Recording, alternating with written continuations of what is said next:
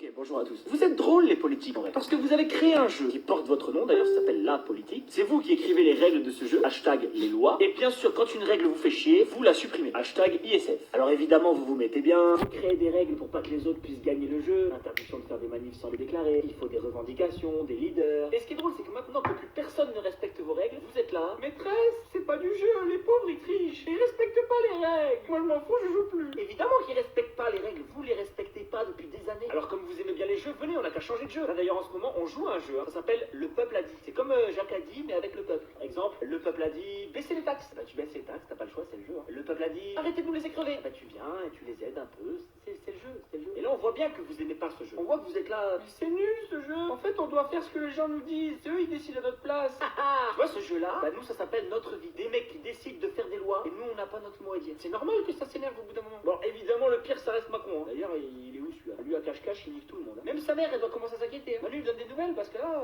Mais Manu sérieux, c'est pas le moment de faire des soirées pyjama devant Game of Thrones avec Brigitte. Ouvre ta fenêtre, tu es en direct Game of Thrones. Tu les vois pas tous devant chez toi là? Les marcheurs jaunes, ils arrivent mon pote. Et avec eux, oublie Winter is coming. Hein. Eux c'est Finger is coming. S'ils t'attrapent, ça va te gratter. Alors réagis, fais quelque chose. Tout le monde te demande de venir à la télé juste pour parler. Au point où t'en es, fais une story, fais un snap, fais quelque chose. Au moins pour que samedi ça dérape pas. Parce que franchement ça fait flipper. On se pose tous la même question. Comment est-ce que ça va finir samedi? Est-ce que l'armée sera sur les champs à tirer sur la foule? Est-ce que la foule sera sur les champs à tirer sur les CRS? La seule chose dont on est sûr c'est que les CRS seront sur les champs à tirer la langue. Ah bah eux ils ramassent. Hein. D'ailleurs il y a un ministre là qui est venu pour prendre leur défense. Mon Dieu. Bon ils ont certainement pas envoyé le plus malin mais quand même. Le gars il a dit pour commencer les gilets jaunes doivent arrêter les casseurs. Mais il y avait 4000 CRS à Paris samedi dernier pour les arrêter, ils ont pas réussi. Je crois vraiment que 3 retraités et 10 étudiants venus de Bourgogne vont y arriver? J'ai rien contre la Bourgogne mais ça me paraît peu probable. En même temps les gars vous avez consciemment laissé les choses dégénérer pour arriver en sauveur après derrière et dire ah, regardez là nous on a arrêté les violences, hein. C'est grâce à nous ça. Mais Manu s'il te plaît, on se doute que ça doit être un cauchemar en ce moment pour toi. Tu dois gérer la crise, ton ego, ta prétention.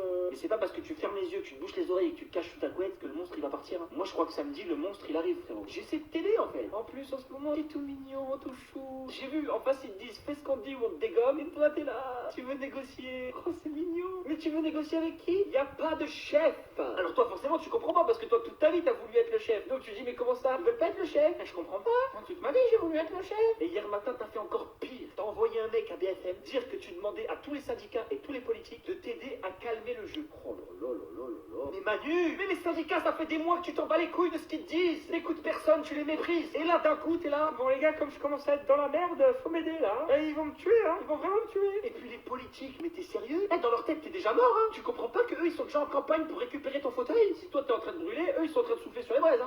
Ça y est les gars c'est bon ça brûle.